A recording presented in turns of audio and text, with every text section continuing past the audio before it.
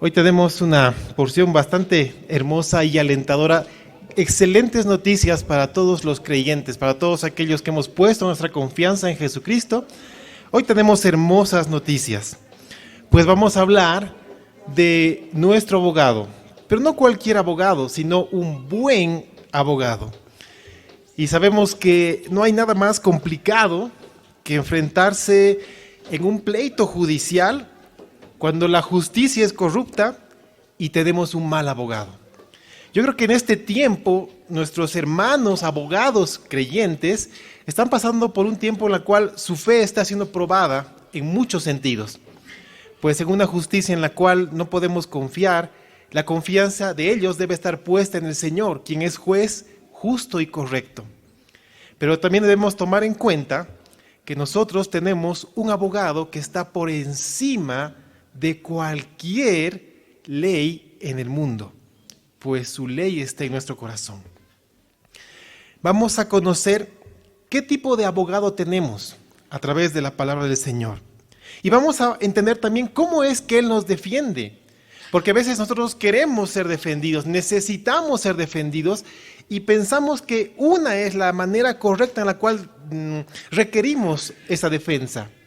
Pero vamos a entender cómo es que Jesucristo, nuestro abogado, nos defiende, cómo Él actúa, cómo plantea la defensa para nosotros.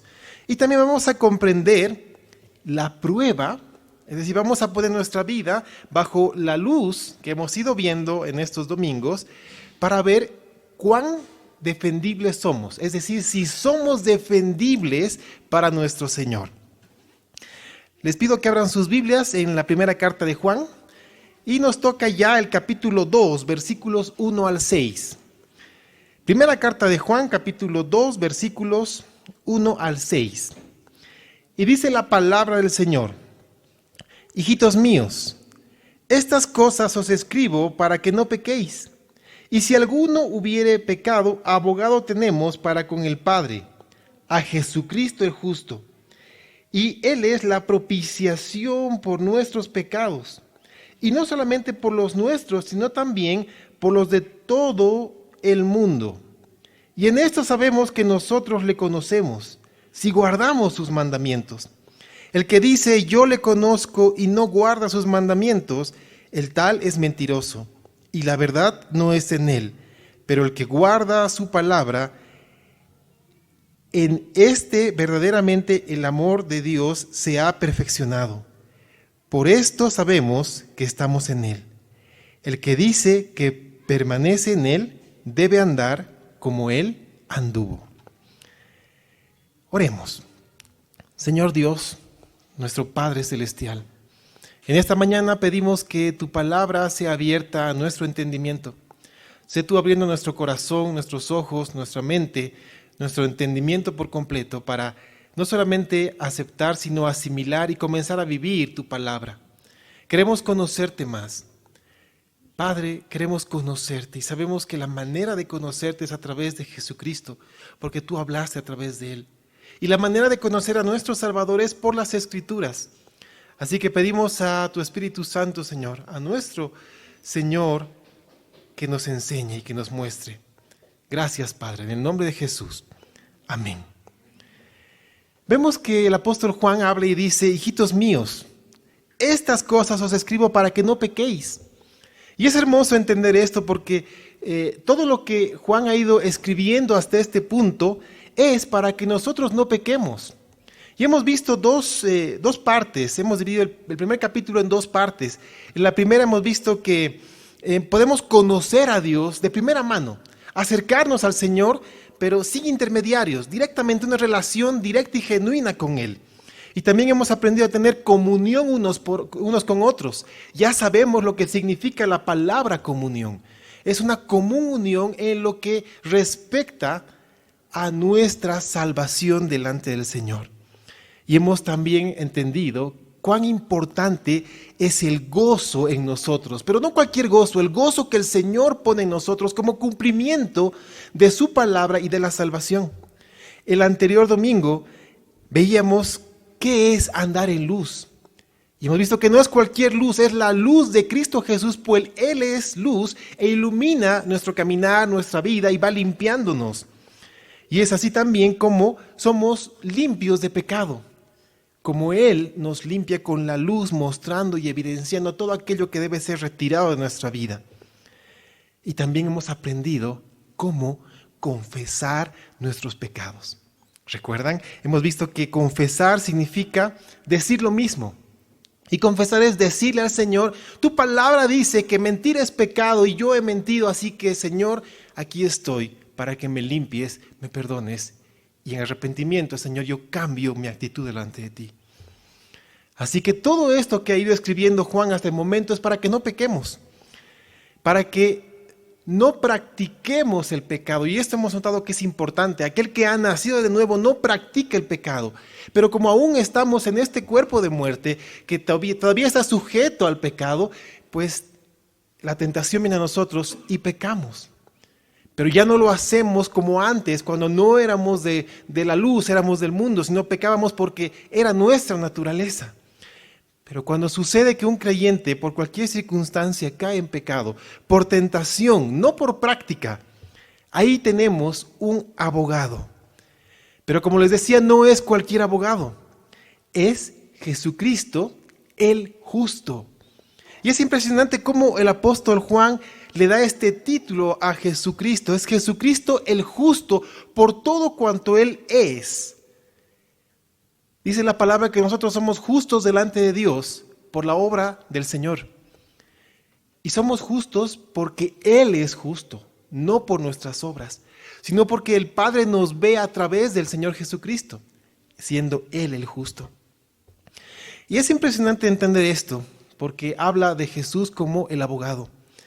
Y en todo el Nuevo Testamento, la palabra que se utiliza y que se traduce como abogado, generalmente se la aplica al Espíritu Santo.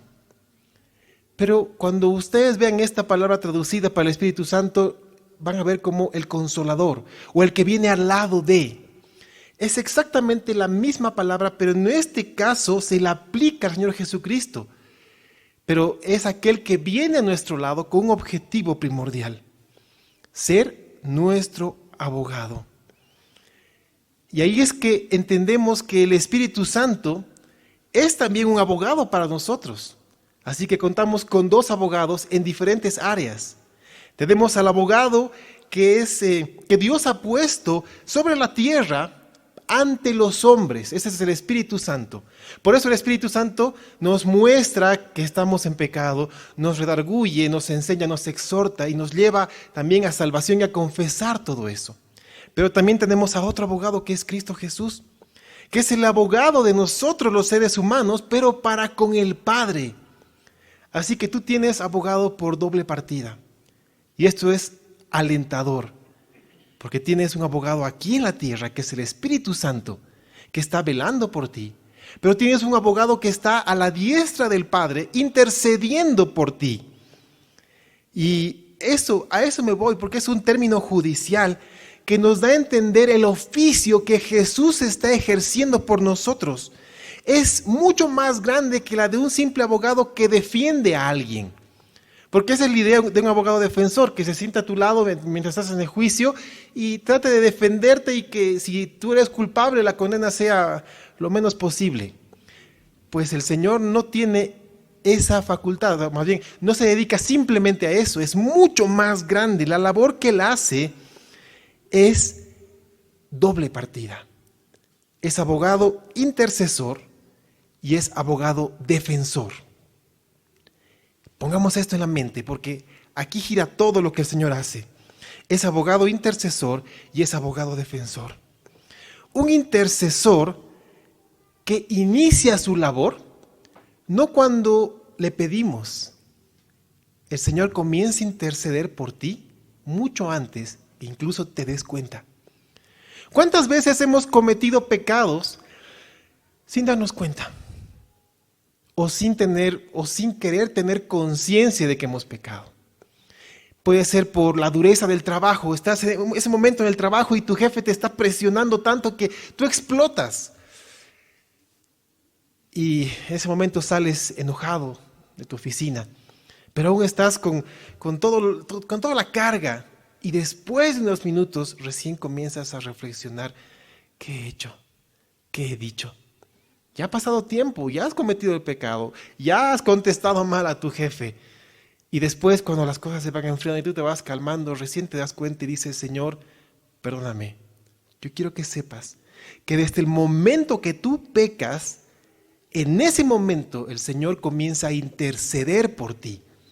Eso es lo que la palabra enseña.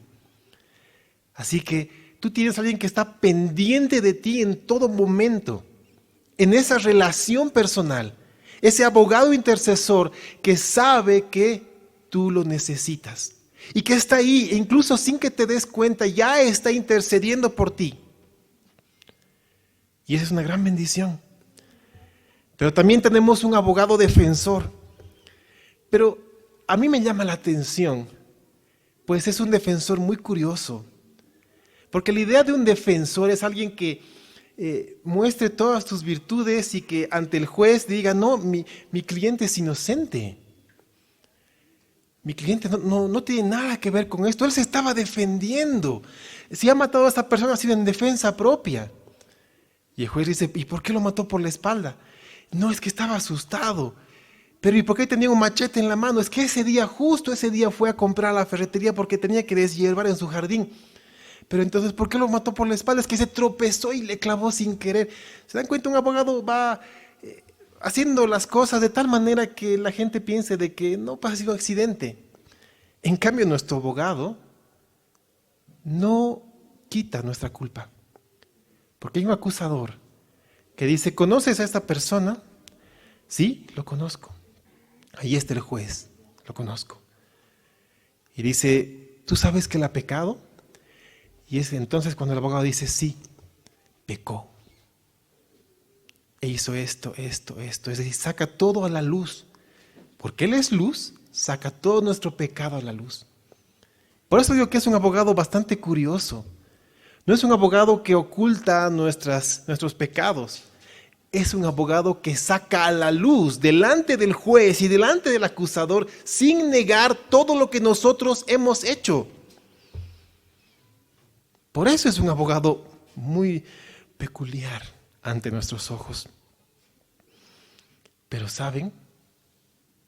¿Por qué hace esto el Señor? ¿Por qué no niega que somos pecadores? ¿Y por qué no niega que la paga del pecado es la muerte? Porque el capítulo 2, versículo 2, nos da claramente la razón. Él es la propiciación por nuestros pecados. Entonces, no solamente es tu abogado intercesor, no solamente es tu abogado defensor, es la propiciación por tu pecado. Y esta palabra es un tanto confusa, porque si yo te digo: Él es la propiciación para ti, tú puedes decir: oh, qué bien, pastor, qué lindo, y sales de este lugar y no tienes mucha idea de qué quiere decir propiciación, así que sabes que es algo bueno, pero no entiendes mucho. Pues yo quiero explicar, porque saben, esto de que Él es la propiciación es tan importante que es el fundamento sobre el cual nuestro abogado basa su caso. Él no va a negar que eres pecador. Él no va a negar que tú has pecado. Él no va a negar lo que tienes en tu corazón. Él no va a negar lo que hay en tu mente. Pero Él basa su caso para defenderte en el hecho de que Él es la propiciación. Como te dije, Él no pide que la culpa del pecado no sea reconocida. Más bien demuestra que la pena ya fue cancelada. Cuando el acusador está ahí permanentemente señalando tus pecados, ¿qué es lo que Él quiere? Él quiere que nosotros nos sintamos miserables. Y que el momento en el cual nos sentimos miserables, venga una mentira a nuestra mente que nos diga: tú no eres digno de estar delante de Dios. El pecado que tú has cometido es tan horrendo que Dios no va a querer tenerte en su presencia. Y saben, hay muchos creyentes que caen en este engaño y se van alejando y se van enfriando y van decreciendo espiritualmente, hasta el punto que ya no caminan en la luz, sino caminan en las tinieblas. Conocen a Dios o están con Dios, pero de lejos. Ya no brillan con la luz que el Señor ha puesto en sus corazones. Eso es lo que el enemigo de nuestras vidas quiere para nosotros. Tenernos acorralados y que dejemos de ser instrumentos en las manos del Señor, que prediquen la palabra, que vivan a Cristo y que en todo tiempo estén luchando contra la vieja naturaleza y dejando que Dios actúe en sus vidas. Por eso es tan importante la labor de tu abogado, de nuestro abogado. No solamente el intercesor, sino el defensor. En ese momento él se levanta y expone y dice, todo lo que el acusador dice es cierto, pero yo quiero que sepas algo. Así como nuestro abogado acepta todo eso, y el acusador dice, bueno, entonces, que la paga del pecado sea ejecutada.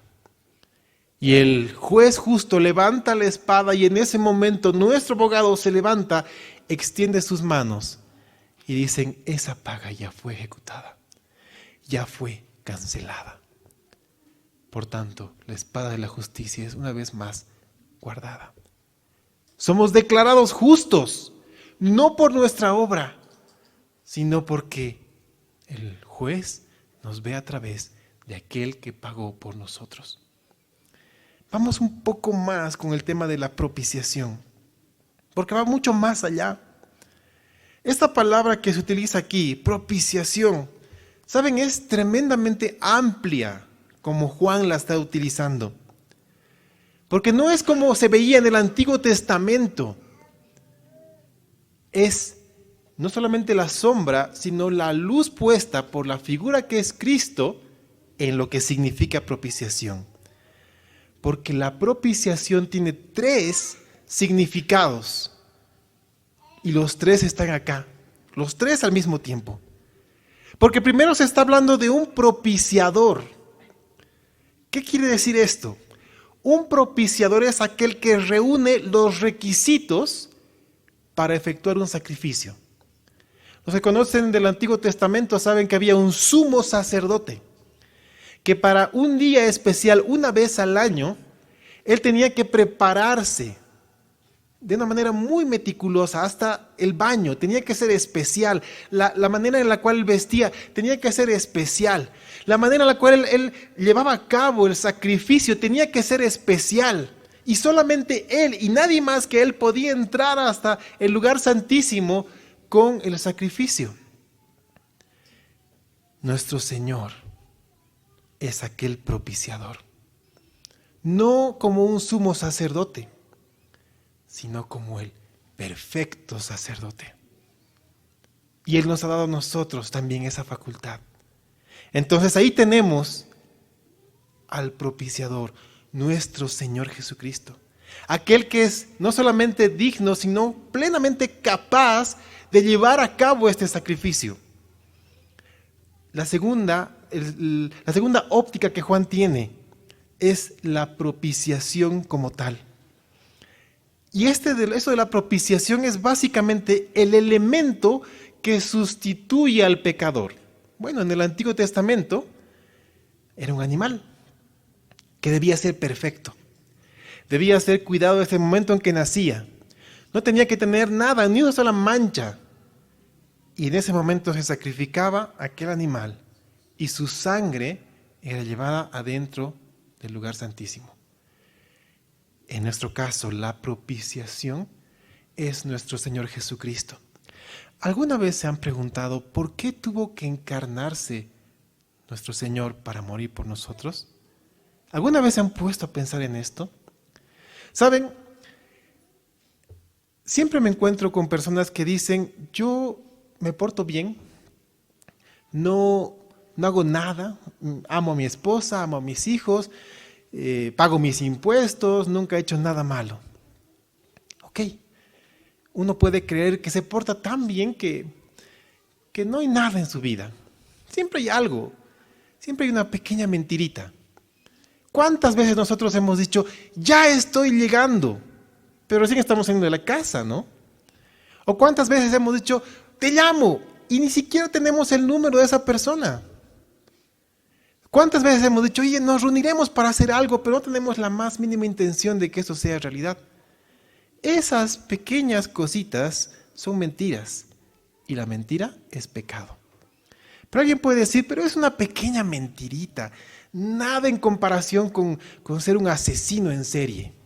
Bueno, si te pones a pensar un asesino que ha matado a más de 30 personas, y tú que le dijiste a tu amigo que le vas a llamar y no le has llamado, no hay mucho, ¿no? Pero yo quiero que entiendas algo. El pecado o la magnitud del pecado no se mide en función de quién peca, o el pecadito o el pecadote. El pecado se mide en función de quién recibe el pecado. Vamos a hacer un ejercicio matemático muy sencillo. Si tu pecadito de haber dicho que vas a llamar y no llamaste equivale a 0.0000001 y el de matar a 50 personas equivale a un millón, pues son extremos, ¿no? Pero cuando tú multiplicas ese 0.0000001 por infinito, es decir, la magnitud de nuestro Dios todopoderoso e infinito, ¿cuál es el resultado? Infinito. Si tú multiplicas 1.000.000 por infinito, el resultado es el mismo, infinito. Entonces nuestro pecado no se mide en función de la magnitud que queremos nosotros o el que peca. Se mide en función de quién recibe ese pecado. Así que así tú seas un asesino en serie o un mentiroso de decirle a la caserita, voy a volver, y nunca más vuelves. El pecado es exactamente el mismo, porque quien lo recibe es un Dios infinito. Entonces, estamos en aprietos. ¿Saben por qué? Porque así toda la humanidad comience a portarse bien y pongamos en fila todos aquellos que se han portado bien para entrar en la regla que mide el pecado del Señor, jamás podremos llenar eso. La única manera de pagar el pecado infinito era a través de un pago infinito. Entonces nuestro Señor tuvo que encarnarse, porque quien moría en la cruz del Calvario era un Dios infinito. Y la paga con su vida satisfizo la justicia de un Dios infinito. ¿Lo entiendes? Por eso es que Cristo es la propiciación. Nadie más que Él podía encajar en este pago infinito. Dios eterno muriendo por ti y por mí. La tercera óptica de Juan es la del propiciatorio como tal. Hemos hablado de el propiciador, hemos hablado de la propiciación, es decir, quien hace el acto, el sacrificio, el cordero que es el sacrificio, y ahora hablamos del propiciatorio.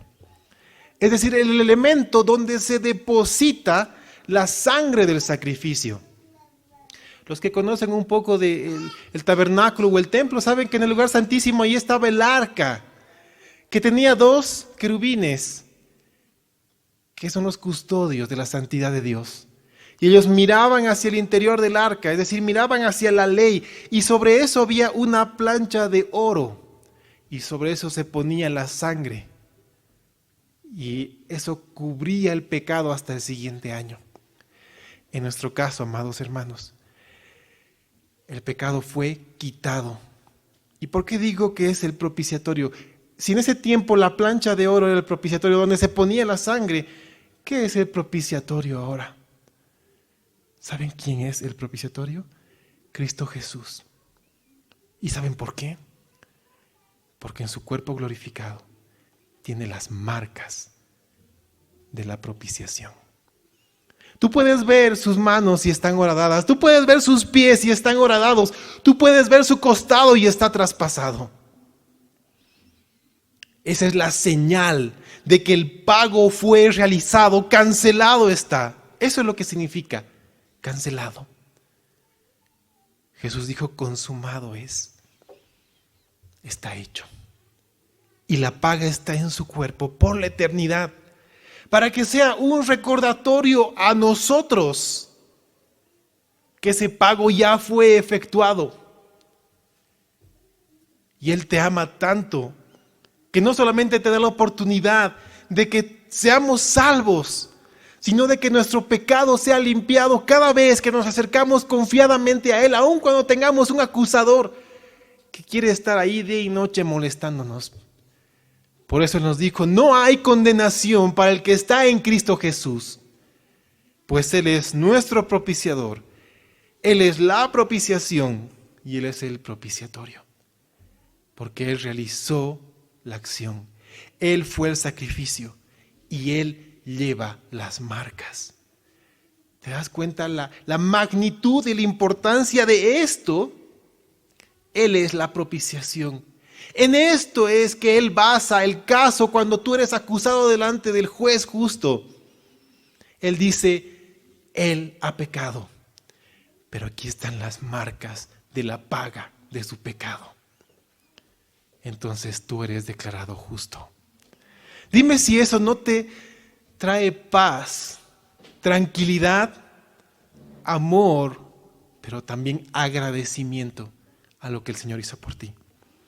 Porque en este versículo Juan reúne los tres significados. Y Él pagó por todo el mundo.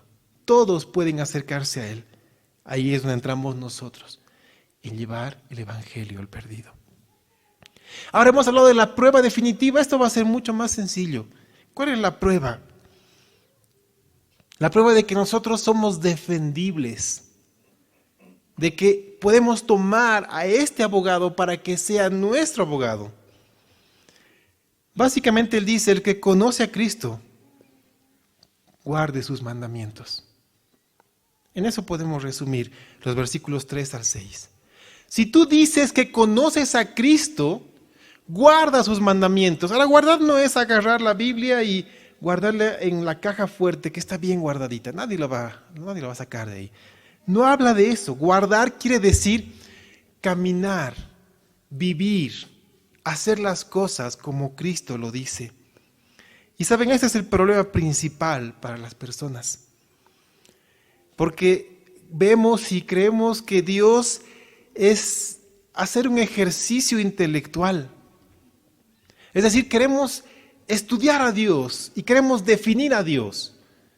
Muy bien, ¿quién es Dios? Son tres personas en uno, muy bien, cristología y todas las cosas, y queremos definir a Dios, pero yo quiero decirte algo, Dios no está para ser definido, Dios está para que lo vivamos, Dios está para que sea vida en ti y que tú lo conozcas. Dios no es alguien para ser definido, es para que tú lo vivas. Esa es la relación que necesitamos con nuestro Dios todopoderoso y creador. A veces creemos que porque le obedecemos llegamos a conocerlo. No es así. No es así. Más bien es al revés. Porque tú lo conoces es que le obedeces. Y esta palabra conocer también es tan importante porque a veces no la entendemos. Te doy un ejemplo muy sencillo. ¿Cuántos grupos hoy en día, grupos musicales, ya sean de varones o de mujeres, no importa, cuántos se han puesto de moda? Y ahí están el club de fans, pero literalmente conocen la vida, obra y milagros de esas personas. ¿Cuántos concursos se han hecho? Nombre los concursos, los participantes del grupo, ni siquiera han terminado de leer la pregunta, ya están diciendo todos los nombres. ¿Cuántas canciones han hecho? ¿En qué años? Lo saben absolutamente todo. El club de fans conocen a los artistas. Si tú le preguntas a ellos si los conocen, probablemente sepan de alguno de ellos, pero no los conocen. El conocer en la Biblia es de ida y vuelta.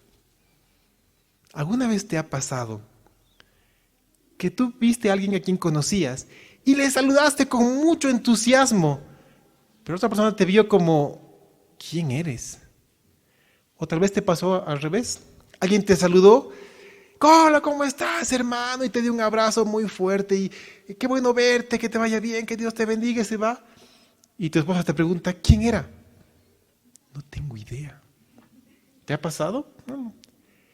Esa persona te puede conocer a ti, tú puedes conocer a alguien, pero no podemos decir que es de ida y vuelta. A eso se refiere la palabra conocer. Te doy un ejemplo muy sencillo dentro del matrimonio. Yo conozco a mi esposa y ella me conoce a mí. Por cuanto la conozco, sé qué cosas no le hacen bien. Por ejemplo, yo sé que mi esposa ama las flores, pero sé que si llego con flores a mi casa, la puedo matar porque ella tiene alergia al polen. Entonces yo sé que las flores que le puedo llevar son las rosas. Le encantan, su polen está escondido y no le afecta en nada. Por cuanto la conozco, yo hago las cosas que le hacen bien y evito las cosas que le hacen mal. Es lo mismo con nuestro Señor. Si tú conoces a tu Dios, si tú conoces a nuestro Señor Jesucristo, vas a guardar sus mandamientos. Es decir, sin necesidad de tenerlos de memoria, no vas a hacer las cosas que a Él le desagradan. A eso se refiere con conocer. Por eso es tan importante que sea de ida y vuelta. No solamente decir yo conozco a Dios, sino que Él diga yo te conozco por cuanto morí por ti y tú eres mi hijo, tú eres mi hija y tu nombre está escrito en el libro de la vida. Yo te conozco. Eso es lo que necesitamos. Por cuanto lo conocemos, obedecemos sus mandamientos. Y el que guarda su palabra lo hace por el amor que Dios ha puesto en nosotros. Ya se los dije anteriormente, el amor es un atributo de Dios y Él nos comunica ese atributo. Él pone su amor en nosotros y con el amor de Dios es que podemos amar a los demás. Por eso entendemos que el amor es una decisión. Decidimos amar. Yo decido amar no con el amor que tengo, sino con el amor que Dios ha puesto en mí. Y esta decisión es seguida de una acción. ¿Quieres un ejemplo más claro? Primera carta de Juan. Vamos al capítulo 4, versículo 10, y acá tenemos allá abierta. Porque Juan define el amor de la siguiente manera. En esto consiste el amor. No en que nosotros hayamos amado a Dios, sino en que Él nos amó a nosotros y envió a su Hijo en propiciación por nuestros pecados. ¡Wow! Solo así entendemos que la única persona que puede pasar la prueba de conocerlo y de ser apto para tener a este abogado de nuestro lado es el que permanece en Él, es decir, el que es salvo. Por eso Jesús dijo, permaneced en mí y yo en vosotros. Yo quiero preguntarte algo y sé sincero en tu respuesta. No requiero que la digas en voz alta. En tu corazón, ¿amas a tu Señor? ¿Amas a tu Salvador y abogado? ¿Lo amas con todo tu corazón? Yo creo que tu respuesta es sí. Entonces Él te dice, si me amas, guarda mis mandamientos. Él te dice, si me amas, obedece mis mandamientos. Si me amas, vive conforme a mi palabra. Y tú puedes preguntarte, ¿cómo? Porque Señor, he intentado hacerlo de diferentes maneras y siempre fallo, fracaso y termino con una relación quebrantada contigo. Yo te amo con todo mi corazón, quiero guardar tus mandamientos, quiero vivir conforme a ti, pero no sé cómo. Esa es una oración muy sincera y real. Él acude a ti y te da la respuesta.